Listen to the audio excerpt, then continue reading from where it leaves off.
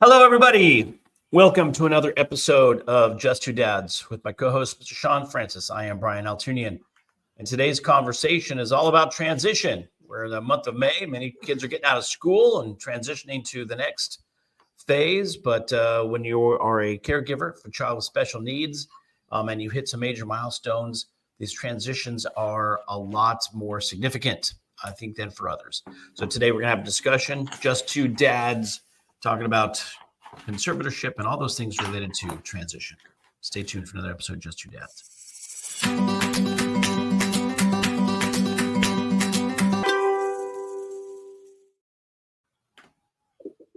Hello, everybody. I'm Brian Altunian along with Shawn Francis. Today we get literally just two dads. Today's conversation is about transition. And before we jump into this topic, I want to do a few little administrative duties. If you're catching us on Facebook, please feel free to leave a comment or a question, anything you'd like us to discuss. If you're catching us after the fact on our YouTube channel, please leave a comment, hit subscribe and like, and share the content with friends. It helps us get the word out to as many people as possible. We have our new website, justtwodadspodcast.com. Where you can get updates on Shawn and I and see all of our episodes as well. We are putting together a resource guide for all of our former guests and the offerings that they have to share with you. So it's going to be it's building to a pretty significant resource. We've now been doing this for almost 4 years. I'm pretty excited about it. If you're catching us on our podcast outlets, wherever you listen to it, or even down in the U.S. Virgin Islands on WSTX AM radio. Thanks for making us part of your listening day. We love you all. And again, encourage engagement. So if you'd like to send us an email, you can send it to us at wearejusttwodads@gmail.com. It's all one word. We are just TWO, justtwodads@gmail.com. Thanks, Shawn Hall, for getting us set up and always being there for us as we build all the things that we're doing from a technology perspective, and folks like Billy Footwear, who always are supporters of our podcast and the things that we do. So I'm sure there are other people that we're going to thank along the way here as well. But anyways, we're going to jump right into it. And since it's just two dads, we're just going to jump in, and I'm going to start asking Shawn some questions, because we're at this phase of the year for a lot of people transitioning into summer months, summer vacation time. Some kids are graduating and moving on to, if they've just left elementary school, moving on to middle school to high school to college, some graduating college. Congratulations to all the graduates. By the way, this year, 2024, graduation, for some, it's pretty significant because they missed their graduation from their previous transition because of the pandemic. So congratulations to all the graduates. And today, we've had some major milestones for Shawn Francis's family. So I'm pretty excited to talk about this particular subject matter because it's fairly significant, again, for some of those folks with children with special needs issues. So ready to jump in, Shawn? How are you feeling? Good. Whether I'm ready or not is beside the point. And that's one of the things that I've really come to the realization of, that there's certain things in life that being ready has nothing to do with it. Many things, if we, especially if for someone that can overthink things as I can, being ready is overrated, especially when it's coming, whether you do something about it or not. Right. And one of those things is the duty, responsibility, and purpose of time, which, very much like money, it's either a great master or a horrible servant, but it's going to do what it's supposed to do, which is move. And Elijah turned 18 this month. A big deal, which is a big deal. And you and I were talking yesterday as we were prepping for the show, and you were reminding me how much, just like he said, that's a big deal. That's a big deal. Sometimes when you're so focused on doing something, as I often reference Albert Einstein saying you can't solve a problem at the same level of consciousness at which it occurs. In other words, if you're in the middle of the eye of the hurricane, you got to step out of it to catch perspective. And I didn't realize, wait a minute, there's a lot of things. So May is always a busy and interesting month for us because we have Mother's Day, we have our oldest of the boys' birthday. We have Elijah's birthday. We have my mother's birthday, and then we have our anniversary, and then we have someone's graduation inevitably. And this year was a bit different. We were so busy dealing with it that we didn't realize. So we had the 1 year anniversary of my sister-in-law's passing. I My actually can't believe sister-in-law, it's been a year. Can't believe it's been a year, yes, buddy. yeah, been Feels so that it's fast. gone that fast. Yes. And for those of you who may or may not know, we have been the adoptive parents and first legal guardians to my sister-in-law's 4 children. So there's all of those things. And so with the 18th birthday comes the specter of conservatorship. And then at the same time, Elijah's graduating high school this week too. So what's the next step? So you and I obviously working. Go ahead. Well, I was going to say, so I mean, it's such a big deal, right? Because and I was having this conversation with my daughter Gabby as well a little while ago, because once you hit that level of adulthood, all of our children have these sort of structured lives, defined by our education system. And then what happens after that structure goes away? Like, then what do you do next? And so, again, turning 18 in adulthood, we'll get into the conservatorship in a minute, but graduating high school is a big deal. So let me ask you this. So what is next for Elijah on the educational front? What are you guys doing for, like, what happens next? There's a program that the school district has, which is geared towards what's the word I'm looking for? Life skills. And so there's some of that in his classroom now. There's a kitchen in the classroom. They go to the grocery store and they cook and stuff like that. So those things take place in addition to academics. There is an even more focused, a greater focus on those things in this program, which is at the next level.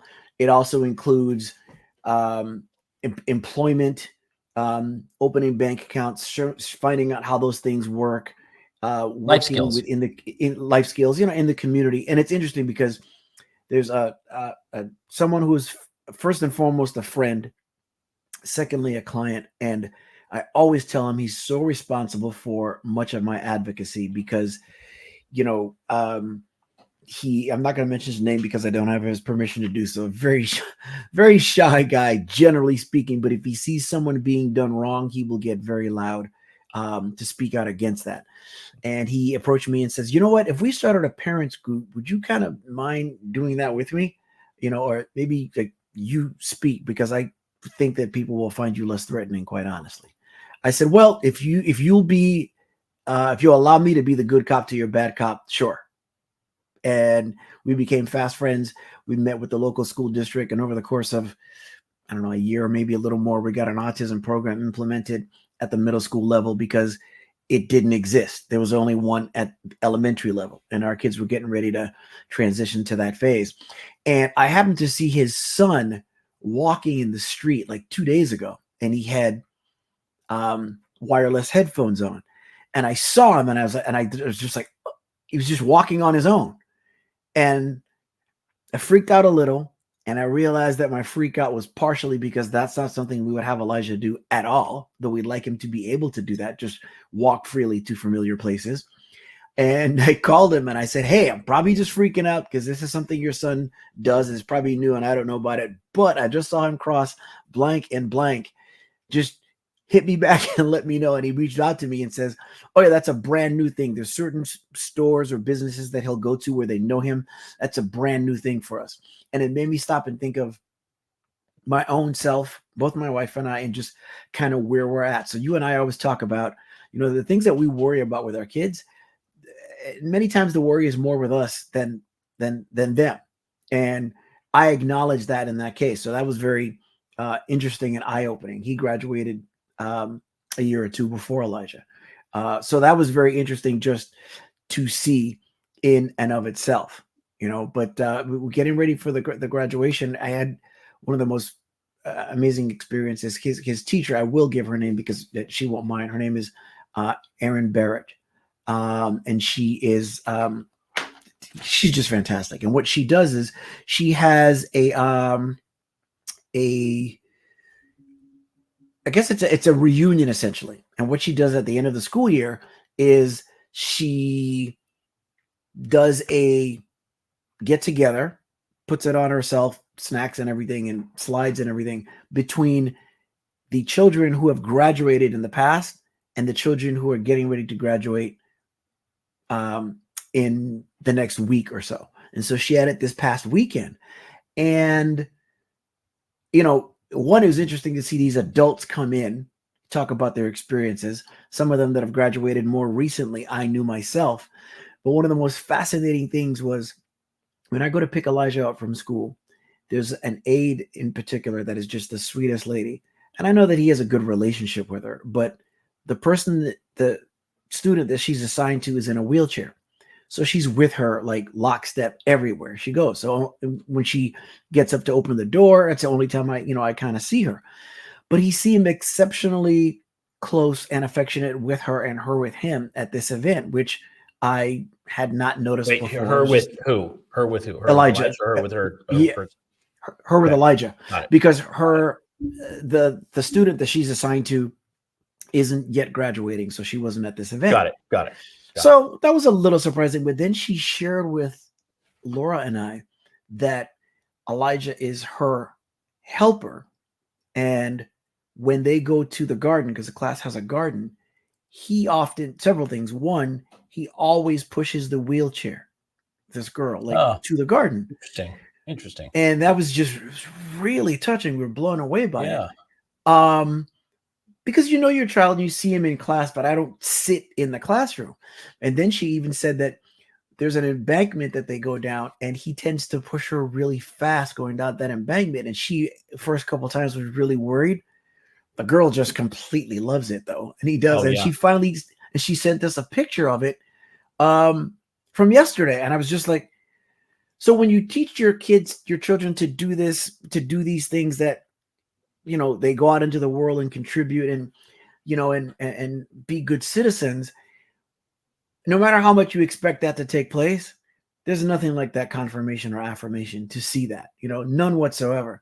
And in our case, in our community, you hope that twice as much, if not even more, sure. Because you want the same things, Sure. But I'm not sure if I got the answer to the question, which is, so in the summertime, Elijah's going to the program that teaches life skills, and we started to go down that road. And then, to my credit, I answered it and then ramble. I didn't do it the other way around this time. Okay. So the program, but then what? So that program begins in September. He'll be going to summer school, which is like an extension of the school year. Now, what happens after this program? Because it goes until, I believe it is either 22 or 23. We still have to think ahead about what happens after that. And that's what the program hopefully helps you with. So as I mentioned, there's jobs that they'll have in the community. Okay. In many cases, is it like that program that you and I went to go visit, that school in the San Fernando Valley where they had similar. All these different departments? It's okay. So it's similar to that. So we had visited that school that they had a printing department. So the folks learned how to print, and then actually they were doing print jobs for business in the community. They had a bakery, they had car maintenance and car wash and that type of stuff, and they were learning how to work in those things. So that's what his local businesses like Smart and Final and stuff like that. Very right. And they hired Home Depot and Smart and Final. That was the big one. Smart and Final hired some of these folks, and so that's the program he'll go into for the next 4 years. Is that the plan? Is this a similar kind of program? Yes. Beautiful. Yeah. So he's got more structure going on from this point. There's more structure. Till he's 22. But the other thing is the caregiving portion can, I always talk about raising your consciousness, paying attention to what you're thinking about. I made the comment about, one of the most precious places, is like right under our nose, because there's so many things there that we don't see because we're so busy doing what we do without stepping back to, as you often say, taking a minute to be. And so there's so much more structure we could add to what takes place at home, and sometimes it's because, the structure can be a fight, and the battle you always have is what's best for me versus what's best for my child. And sometimes what's best for you has to come first because you need to put your mask on first, your oxygen mask on the plane, so to speak. So, and sometimes it's got to be the other way around. So let me ask you this. So that you were talking about your friend and his adult age son on his own. Have you guys talked about what, if there were things that you could implement, some sort of structured free, free activity? When I say free, it's something that he can do freely. Have you guys thought about like allowing him to do something like that, or giving him, letting him choose what kinds of things he can do on his own? I think we'd have to expose him to it. For one, where we live, as you know, is kind of rural. Yeah, it's right? rural. So so he's not going to walk out the door. Yeah, it's not like he walks down the street to the store. Right, got it. Right. I get it. So it's just a lot of land and split out and everything. But one of the things with the program is public transportation also. Okay. And even then, that takes some kind of stretching your mind and getting out of your comfort zone, because there's been some crazy stuff that's happened in public transportation lately in Los Angeles, for sure. Yeah. So you're like, I don't know. But again, it's the constant never ending battle of giving your child fish versus teaching them to fish. And as long as you have reminders around you to kind of guide you back towards that balance, and you always asking questions, versus statements. The most common statement and the easiest one is, "Oh, he just doesn't do that. Oh, I'm not comfortable with that." But then the most powerful question is, "Well, what if we try?" I don't know. Let's which leads to a valuable statement, which is, I don't know. Let's see what happens. Because so much of your day during the day with him after school is structured. You guys do a certain thing at a certain time. And again, I'm speaking from total ignorance here, but be like, I wonder if there's something that you can look at within that. It's already set, something he's already used to, he's already doing, where you can let him start at A and get to B. I don't know what that is. Like if you guys go to the store, if you're ordering food, if you're, going to listen, Blake's just starting to drive. That freaks me out too. Right. So I'm like, where'd you park? Where did you, or do you have gas? Are you put your blinker on when you change lanes? Like let him go. Right.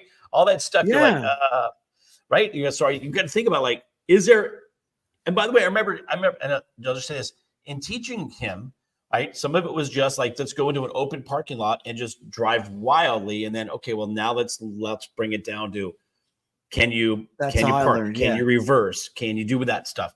And I'm wondering within that structure, what he's already used to, can Elijah do certain things that you can begin that release, that let go? And listen, I know as a parent, part of it's, I got to let go. We got to let go. That's difficult too. That's the biggest thing. Let them do it. Definitely. Yeah, for sure. Yeah. And I think, let me ask you this: would your concern, and listen, we've known each other for a long time, and when we talk about this kind of stuff, I still am totally, not totally, but I'm totally, completely are the same words, by the way. I am still ignorant in a lot of the day-to-day stuff you do with him. So I guess my question is, are there things that you guys, that will he ask for permission to do something, or does he generate, or do you guys it seems like you guys do most of the generation. Do you generate, or does he generate? Oh no, he generates. He generates as well. Now he goes nowhere without us, but he generates to a fault. I was telling somebody the other day, and I've said this to you before, when you take a child's, especially behavioral challenges and issues and quote unquote quirks or whatever have you, that can be like, my analogy is like, forgive me, I'm going to nerd out, Kal-El coming to Earth, discovering that he has heat vision as Superboy amongst his other powers, and once he discovers it, he's burning down all the barns in Smallville. Right. When he gets good at it and can control that gift, he can heat up a cup of coffee from a mile away without burning anything else, and it's a drinkable temperature. Yeah. I'm trying to make sure that he can heat up a cup of coffee because there's a couple barns that get burned down by certain things. Yeah. Like, for instance, you're asking what he initiates. What he'll do, and personally, I think he may get this from me, is that when I want to do something or I have a list of things, I want to get them all done in one day. You know, when I lived in Minneapolis and my mom would come to visit, she would tell me that she would come back to LA wonderfully exhausted because I would have like a list of things for us to do. Like, we're doing every one of them. And I'm talking about like horseback riding, a movie, lunch, whatever. It has to all be done. So what he'll do is he'll do that. And then if you try and get him to compromise, he's like, no, we will not. He almost speaks like the Sam I Am character from Green Eggs and Ham. He says, no, we will not do so-and-so. You know, and he'll push back. And that's when you're like, okay, how much of that is autism and how much of that is just being an obstinate, you know, a child? Because sometimes it's one, sometimes it's the other. And so when that happens, you know, like for instance, I mentioned the reunion that his teacher had. So he's been having a fantastic time playing on the baseball team. And the couple that run that team is, you know, they're going to be guests on the show. Yeah. Fantastic. Sure. And so we have his baseball game Saturday morning. Then we had the event at the reunion. At his school, right? Yeah. But what we did is our usual Saturday event, which is going to the movie and then maybe running some errands, going to the grocery store, we set it for a later movie. And it provided a challenge that gave a nice opportunities that we went to the event, came home, he showered, got dressed and everything, and then we went to the movie. But what he did not want to compromise was giving up all the grocery stores that he wanted to visit. And eventually it all worked out, but we were worn out. You know what I mean? So let me ask you a question. So has he ever gone to a movie without you sitting next to him? Never. Would he?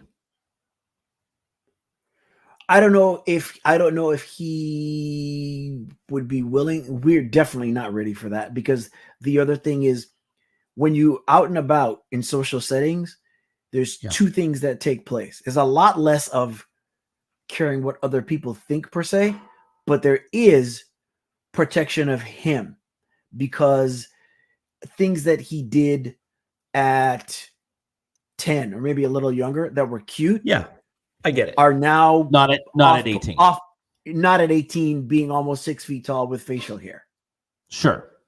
Yeah. Sure. But let me just say, if you and again, I'm just pushing the envelope here. For example, could you go to a matinee in the afternoon or whatever time you guys normally go see a movie and have him sit there, and then you are somewhere else in the theater just not next to him? I mean, can you ask him, do you want to see this movie by yourself? I'm just trying to think, like, because again, what you're talking about is like, again, driving in an open parking lot versus driving in rush hour traffic, right? Yes. in the middle of the day. Like those are two different, but eventually you got to go from driving in an open parking lot where there's nobody around to, driving rush hour traffic. You get ask him if he's willing to do that. But there's certain things that, put it this way, as much as I say, oh, you never know, you don't know what would happen. What I would damn near bet my life on that would happen is if he's sitting down, we're not near him, and he's in the theater, he's going to disrupt the movie to either look for us or speak to us just out loud. Because when we go to the movie and we sit with him, more times than not, it works fairly well. And there's little disruption here and there. When he stims, it's not too loud and that kind of thing. But every now and then, depending on if the air condition isn't on and it's warm in the theater, depending on how much sleep he may have gotten, how irritable or not gotten, how irritable he might be, he might lose focus, especially if the film doesn't completely engage him and he's talking about what we're going to do next. And we have to keep telling him, shh, And then the other thing is, when we go, we might go on opening weekend, but it's still a time where, it's not like completely jam packed. But if it is and people are close enough, it can be a little disturbing. And then the other thing is, and then there's a bathroom and that's a whole other. I'm not telling you to go do that. I'm just asking you, like, Oh, are no, there no, I'm certain just telling you. activities where Yeah. that separation can begin? Because as you said yourself, you know, it's interesting to see that in the environment of the class, he's pushing somebody in a wheelchair, and he's Mhm. pushing somebody in a wheelchair down it that's new for you. Like, you would not have Yep. said, "Oh, I wonder if he could push somebody with." Like, to me, that shows he wants to, you know, be helpful, be an aid, be support.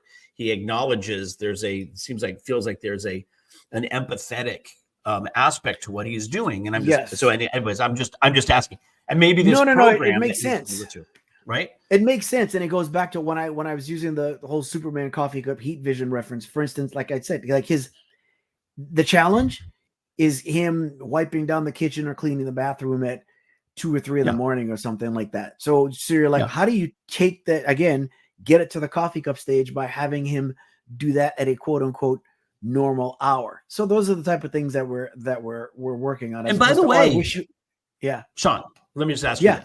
you this. Mhm. This is just you and I having a conversation. Yeah. What difference does it make? Now he's 18, school's out, right? And I know he's got some things he's got to do in the morning.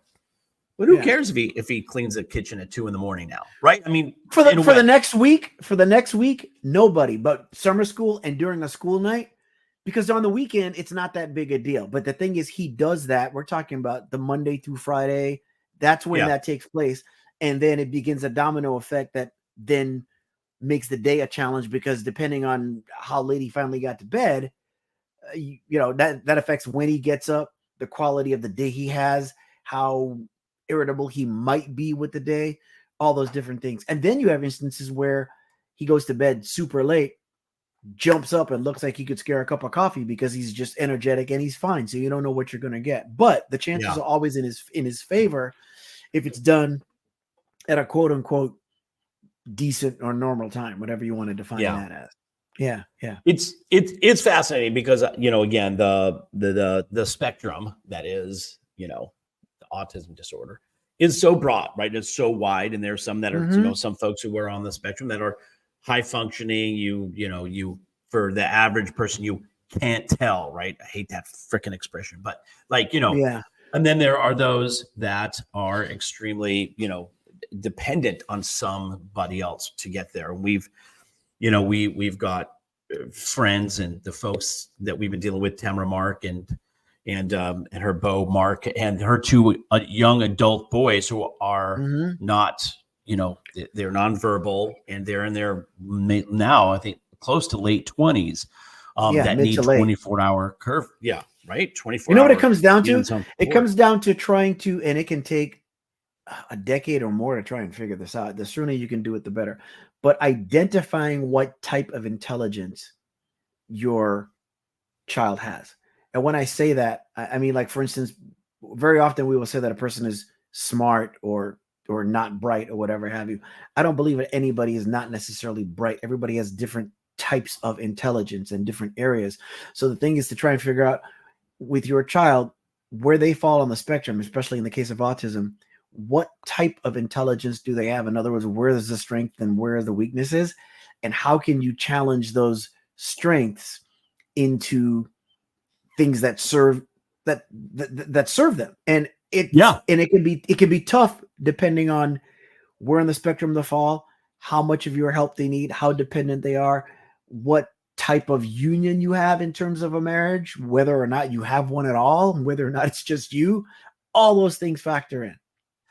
I hate to say this, but you've just described parenthood. I mean, sure, no. We always say, right? There's what you know the average person needs. You know, are but defining what type of intelligence, where the gifts versus challenges are, sure, is obviously easier without the spectrum, but it's the same thing. Yeah, I mean, you know, I have 3 children, and I can't, the difference between their, you know, it's not levels of intelligence, it's their use of their intelligence, right? Yeah. Because, you know, one who was an honor student in, you know, at the university level, and another one that doesn't want to go to college at all, right? Yet street smarts, book smarts, like all that stuff that you've just defined. So, anyways, I listen. I'm not imposing. I'm just asking. And so I think, Oh, no. you know, I got you. it's interesting, and because for us as parents, the transition of it's a massive thing for our kids to hit a transition point. 18 years old, formally an adult. We'll get into conservatorship here in a second. But at graduating school, on to the next level, on to the next, on to the next, on the next. It's a big thing for them. It's also a big thing for us. It's a huge thing for us. Once my son started driving, like, it changed my day-to-day. First of all, I saved 3 hours in commuting. I don't take him to school and have to go pick him up. Honestly, is added huge to my, but also just that independence for him has changed how I deal with my day. I can structure my day differently, right? So our kids go through this massive transition, and then we as parents also go through this transition. So it's as much for you as that I'm asking these questions as it is for Elijah. So he's 18, he's graduated high school, and now he's going into a summer program that will lead to a life skills program for the next few years. So that is awesome. And hopefully he'll, continue to do those things that completely surprise you and get the support in the classroom and learn things that he can continue to do and hopefully ultimately live independently or somewhat independently. That's our goal for our kids. Right? Yeah. Now let's talk about, the decision-making that has to happen, for when our kids hit 18 and in this particular case. So sometimes, some people need a conservatorship. Some people need somebody who can help them make those important decisions. By the way, even folks not on the spectrum, Britney Spears, like people whose focus is in one area and they need somebody to help guide. Let's talk about your experience with conservatorship, because I think it's fascinating. I don't think people understand the complexity and what's required. So let's talk about that. So I'm going to back up a bit and speak the obvious in the elementary, which is to let people know what it actually is. So the work that you and I do in let me know. I don't know if anybody even watches us. I don't even know. You have an audience. Yeah. Let me know. Tell me, because I don't really know. I know nothing about it. No, because I've learned so much just through this experience. The work that you and I do in financial services, obviously, our focus is on, life insurance, short and long-term savings, retirement, and things of that nature. And then we have partners that we work with when it comes to estate planning and debt elimination. And we help businesses, all those types of things. I remember when we first started our initiative, I had one community partner of ours end up asking me about conservatorship. Do you guys do that? And I was like, well, we have access to it. And I still didn't even stop to think to know what it meant. And then in the last 5 to 6 years, we've heard so much of it. What a conservatorship is essentially, if you have an individual who is incapacitated or challenged when it comes to making decisions for themselves about their finances, their health, regardless of the reason. It could be old age. It could be a diagnosis. In the case of Britney Spears, we don't even know what her diagnosis is, but there's something that impairs her ability to, she could be a danger to herself or taken advantage of. One of the attorneys that we work with gave an example of a nephew on the spectrum who had gotten a gym membership for his school or team or something like that, and had essentially been taken advantage of in order for that to take place.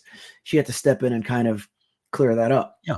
And so when it came time to start looking at the conservatorship for Elijah, because it's a little tricky, because when someone is completely nonverbal, there's not too much guesswork in what they may or may not be able to say, no matter how else they might be able to express themselves. When you're in the case that Elijah has, which is that, he's verbal, he's capable of putting full-on sentences and everything together, but then at the same time, his cadence and expression can have all words come together and be completely jumbled, which is a whole nother subject we could talk about. But, is it enough to know that you understand your child, or would you like to increase the ability, a likelihood that other people will understand your child? That's a challenge too. So when that happens, should he hit 18 years old, if he goes to a doctor's appointment or has some kind of medical issue, they can't share that information with us because, well, he's 18 years old now. You have no say over that. I can't even discuss that with you. And so then you have a situation where he's essentially completely unprotected and left unto himself. So therefore, the conservatorship comes into play. So even just being a parent doesn't qualify you for making health decisions once they hit 18. No one but that individual. Without the conservatorship, you can't do kind of crazy any of that. And it is very scary. And what happens is, so the attorney that we work with is not based here in California where we are. So when I reached out to her, she's able to do wills and trusts, special needs trusts and things like that, which we're working on. But when it comes to the conservatorship, that takes place with an attorney that is local. So spoke to several attorneys, and I'm looking for someone that doesn't have to be. And there's state by state. If somebody lives in a different state, they have to be licensed in that state to do the conservatorship. Is that the idea? Exactly. Got it. Exactly. And so what happens is, the way that it all works out is you begin the conversation by, having a consultation, right? And so my first thought was I wasn't necessarily looking for anything that was touchy-feely, or anything like that. But I wanted to have at least a good vibe with the person, because this is a huge step, right?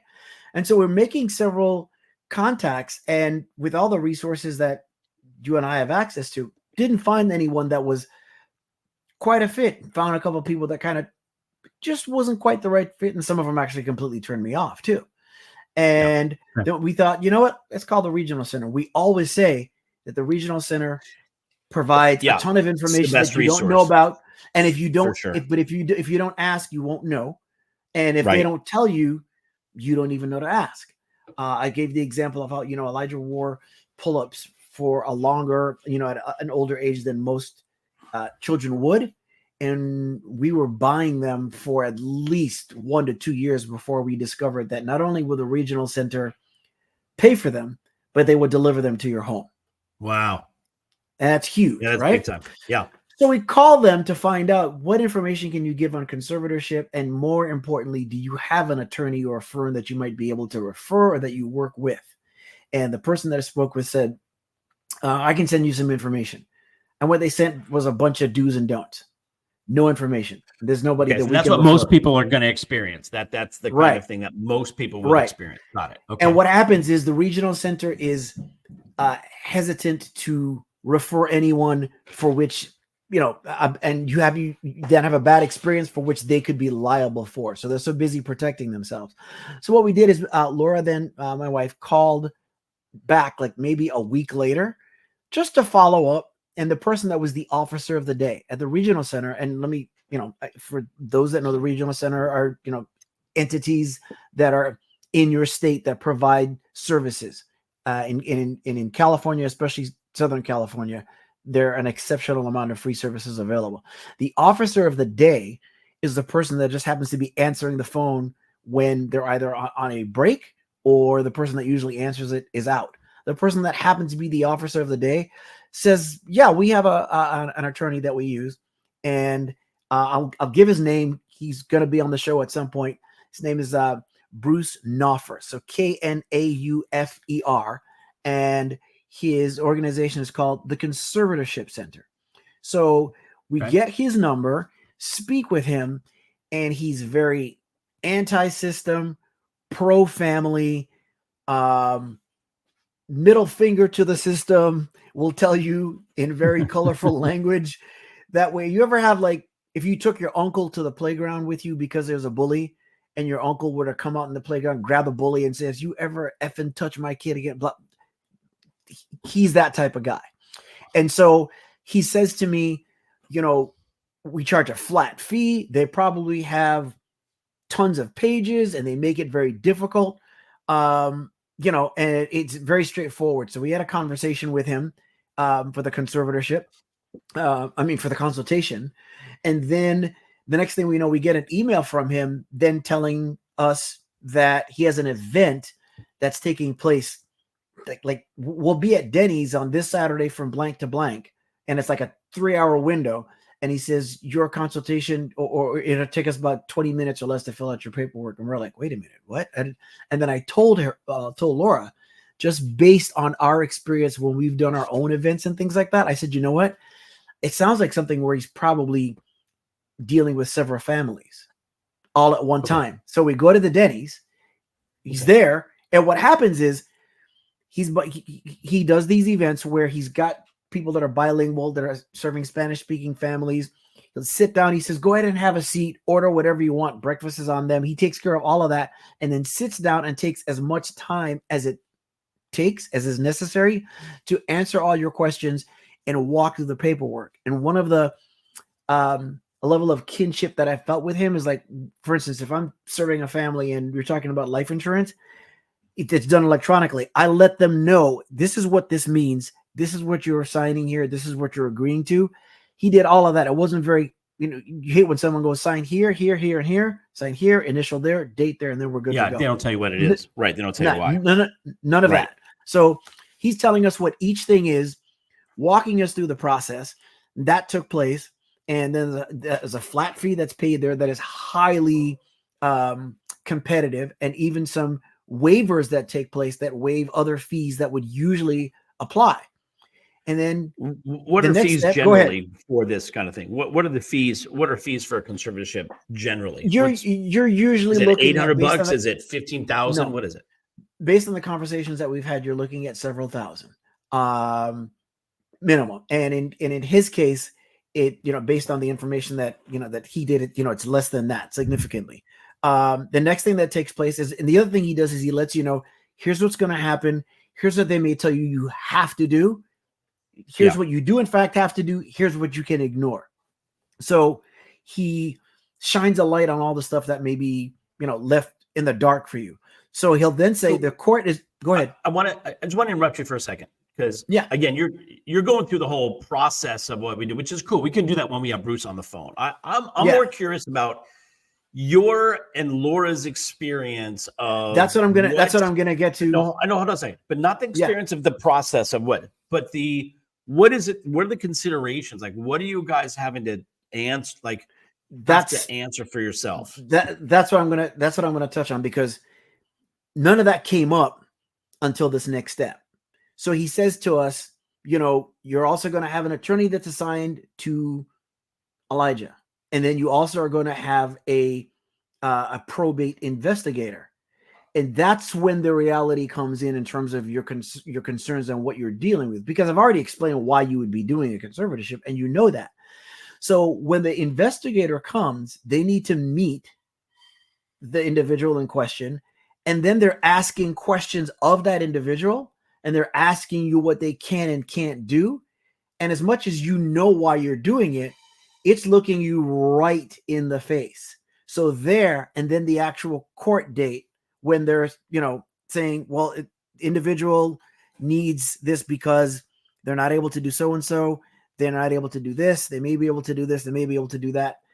And you're just like, oh my gosh, we are so needed with him right here and now. Because we provide everything for him. It's sort of like an IEP where you lay out, because these guys are officers at the court.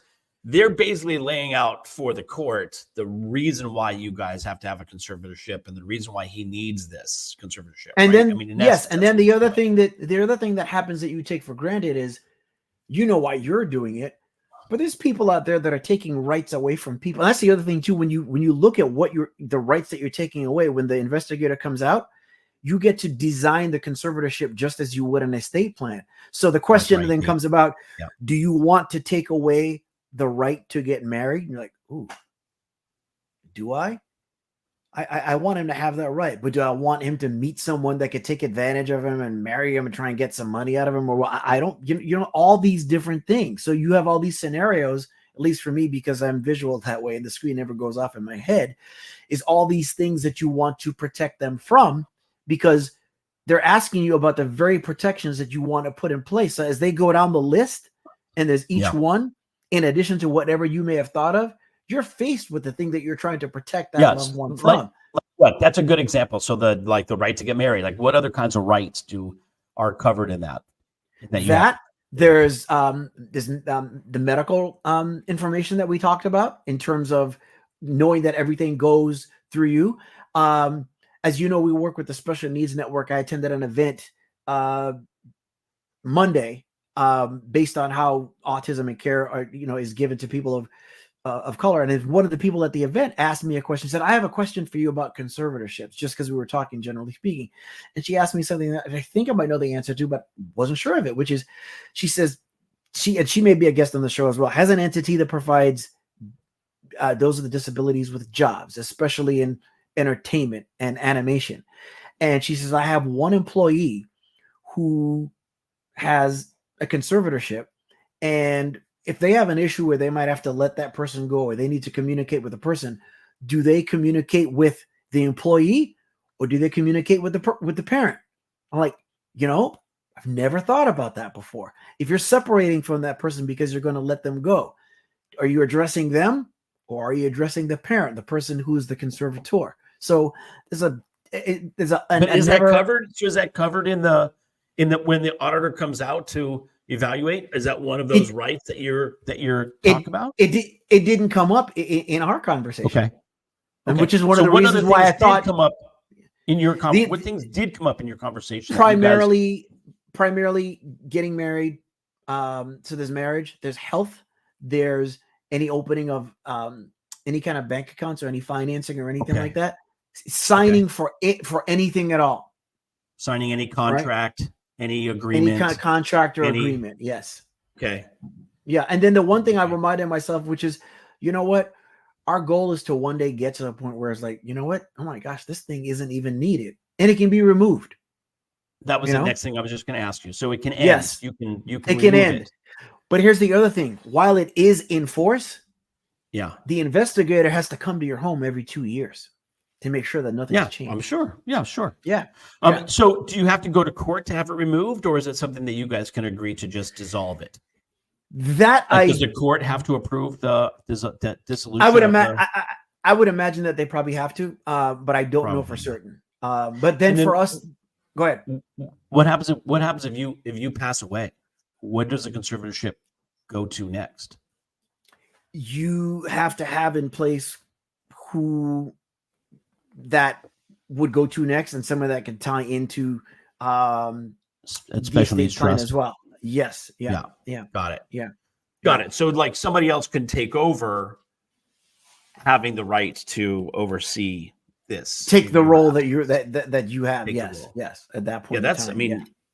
These are the kinds of things that we're, again, I didn't mean to interrupt you. The process of it is going to be different for everybody because they're not going to have the benefit of being necessarily in Southern California dealing with that particular organization. So everybody's experience about the details of the process is going to be different. I'm less concerned. For me, I just want to know for you guys as parents, what do you? Well, then the other thing that we were worried about is you go through. When we talk about the court date, we're like, okay, what is court going to be like? Is from a social standpoint for him, and it wasn't explained till the last minute that court could be virtual. So it was. We actually did it over the phone. Oh gosh, but that's awesome. The other thing that I had forgot, which family court consists of, is you're essentially in a room with the judge and everybody else that's in court, and this is where I feel watched over because we went first, right? Which means that we did our thing, and we hadn't done that before. I'd been to family court, dealing with adoption and stuff like that, which is still, again, you're in a room with everybody. But what I had not done is I had not had this experience. I wasn't sure what to expect, and we weren't sure when we were done. The attorney says, Elijah's attorney says, I see no reason to challenge this. This conservatorship is needed because of reason A, B, and C, yada, yada, everything. And again, it's laid out, and you're like, gosh, they're just talking about the things that he can't necessarily do, which is important, right? And the other thing to remember too is you're going to more than likely have a temptation to speak of your child's possibilities, especially if you're glass half filled and want to be positive. As this evaluation and investigation is taking place, you're going to have a temptation to let them know, well, it's obvious what my child might not be able to do. Let me tell you what they can do. Let me tell you what they will be able to do one day, because Yeah, nobody's sure. going to dictate what his future is and yada, yada. That doesn't serve you if there's an actual need and they're at risk. You know what I mean? Again, So they need to know. It's like an IEP, right? When you're in an IEP, you're like, this is what my child needs to succeed in her education program for this year. You don't say, oh, by the way, she's great. She can hop on one foot for 10 minutes. Like that's not what it's about. It's right. How can she be served? So that seems like this. It's about getting the right supports in place. You need to have the right mindset going into it, so that because it's better to have too much and then reduce than to not have enough and find out the hard way. Oh my gosh, we fell short here. I can't believe that we didn't do A, B, or C, whatever the case might be. Yeah. Well, I think, and the reason why I'm so fascinated and more interested, sorry for saying this, more interested in you and Laura and your personal feelings about it all. The reason I'm fascinated by that is because it's very similar to, nobody thinks about the end until they're faced with like you said earlier, buying life insurance or putting an estate plan in place. You're like, oh, I guess what happens if you die? Like, oh my God, I got to think about now, like what happens if I die? Like, yeah, who handles your assets? Who handles your debts? Who handles your, who handles your estate? And the problem is it's not if, it's when. No, for sure. And what I'm just saying is that conservatorship, again, similarly, is you don't think about it until you need to think about it. And then you're like, oh, I'm glad that we're thinking about this now. And that's going to lead me to another question. And now we're getting close to the end of our hour already. My question is so Blake is 16, not that he needs one, but if I were to put a conservatorship again, can I start the process now? I know. I'm glad you brought that up. I'm just asking you now because I know that this was an issue for you. So right. I'm glad you brought that up. Thanks for reminding me, because we thought, okay, you do it as soon as possible. What happens is if you that was weird. You picked up your coffee cup. I know. Those looking at the video, there's a hole dark. It looked like Death Becomes Her, that movie.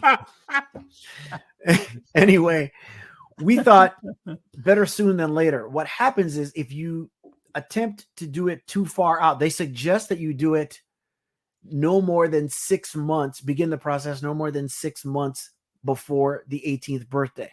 Because at least here in Los Angeles County, if it's before that, the court will likely not, what's the right word? Accept it, so to speak. Yeah. Right. So at that point is where you need to begin the process. But you almost can't do it too early in terms of having the conversation, because then you know what's ahead and what to expect. Yeah. Yes. Yeah. Yeah. And the one thing when is that date? So it's 6 months. It's 17 and a half. Yes. Is the date. Yes. No earlier, but theoretically shouldn't really do it a lot later because it does take a little bit of time. Correct? Yeah, because the other thing that's the unknown is how busy is the court? How long are they going to take to respond? Because we got a court date. I remember the conversation with Bruce. He was like, wow, you have a court date already. So again, we were lucky that way. It could be pushed further out. You don't know how busy the courts are going to be, and then you have to, this is just our experience as well too, because it went through so smoothly. We stayed on the phone longer than we should. We didn't know if we were supposed to stay on, and we weren't trying to eavesdrop, but we ended up hearing situations with other families. And it's very heartbreaking when a family is has a high level of discourse amongst them. And there was a lot of that was taking place with somebody that was elderly and, those types of things. So it makes you stop and think again, these conversations, I don't know if there's a wrong time to have these conversations, because once you have the conversation, but then take action, whether it's your life insurance, whether it's retirement, or whether it's the estate plan, the will, the trust, special needs trust, the conservatorship. Once it's done, the level of peace and comfort that you have, knowing that you can go back and fill any gap that you might have missed, is immeasurable and is a lot better than having it weigh on you in terms of, oh my gosh, what are we going to do? Sometimes we don't even know that it's weighing on us until an event happens or a situation happens. And we're like, oh crap, I didn't even know I was supposed to have that. Mm-hmm. So I'm glad that we're having the conversation, and I'm really glad that we're going to be talking to Bruce directly about this, because I think this is really critical for, the folks that our community that we talk to that, are having children. we've got friends whose kids are getting to that point now. A lot of people in our age group, in our peer group, that have kids that are getting to that age where they're young adults, and the transition is significant. So I'm glad we're doing it. I'm glad we had the conversation. And listen, this is personally for me, this has been a year of transition with a lot of things. I know for you, it's been a transition year, and I think, frankly, we all are going through something transitional. But here we've got, the calendar is marked like turning 18, graduating high school, all of those things that really really in your face, like this is transition year. So thanks for doing that. Yeah, I wanted to go ahead and do that as we wrap up the show. I just wanted to say, wrap up this episode. I'm fascinated by this conversation. I like that we get a chance to do all of this. And even if we have a conversation off camera, I still think it's important for us to be having these conversations, because kind of in the flow, questions come up for me that I think maybe other people who watch this think, oh, I wonder what that means. I wonder how that works. So anyways, I'm glad that we exactly. So this was great because we don't have a guest. We don't have to thank a guest for showing up. I want to thank everybody for listening and giving us a thumbs up on Facebook. And again, if you're catching us after the fact, hopefully this is valuable for you as you go through your own transition. Hopefully this is some information that gets you to start thinking about this. And if you're not thinking about it, hopefully you will. So yes, a couple things as we wrap up. So if check out our new website, just2dadspodcast.com. It's up on the screen. If you're seeing us after the fact and on the YouTube channel, you can see it on the YouTube channel, or you can go to our Just Two Dads podcast now. If you want to send us an email, we are just2dads@gmail.com. And thank you for, again, catching us on Facebook, catching us after the fact. Like and subscribe. It's just helpful for us to get, to sort of boost our reach and our community. And thank you, Shawn Hall, as always, for everything. Billy Footwear for supporting us and the work that we're doing here. Was a huge factor in what we do, a huge piece of our thought process. Billy Footwear, you get 10% off if you click on the link in our show notes. And go check out Billy Footwear. His story is really phenomenal. The founder's story, Billy Price, is really phenomenal. We love those folks because they do adaptive footwear. By the way, for anybody, it's children, it's adults, anybody who's got difficulty putting on shoes or tying shoes or, whatever that is. That's usually like the last of self-sufficiency when it comes to dressing. The shoes are often more difficult. So check out Billy Footwear. And we've got other folks that we're going to be thanking along the way as we go on. But Shawn, I want to, thank you for taking the time in doing this today. I always say, we don't have to do the question today because it's just the two of us. But I would say that, empathy and love, as I always say, is really critical. Be empathetic. You don't know what somebody's going through. You don't know what challenges somebody's dealing with. Maybe you've got a parent of a young adult and they're trying to create some separation. And it's the first time that's happening. If you encounter somebody, don't be judgmental. Be empathetic. Find out what's going on. And then look at the world through lenses of love, and the world will be just a different place. So thank you all again for listening in. Shawn, would you sign us off? Most definitely. I am eternally grateful for the opportunity and the platform that we have. I know we thanked them in the very beginning. Love the relationship that we have with an open communication we have with WSDX Radio. Those that are listening to us there. And remember, let's try our best to be more childlike, less childish. Questions are so much more valuable than statements. And we didn't mention this, but the men's group that we have launched, which is known as The Den. If you go to the website, the just2dadspodcast.com, just2dadspodcast.com, and that's TWO spelled out, there is a registration form at the site.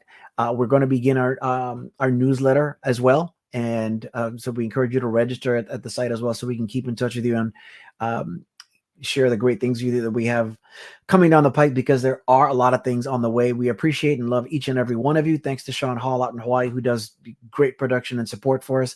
And wherever you are within the sound of our voice, remember, we love you. See y'all next week.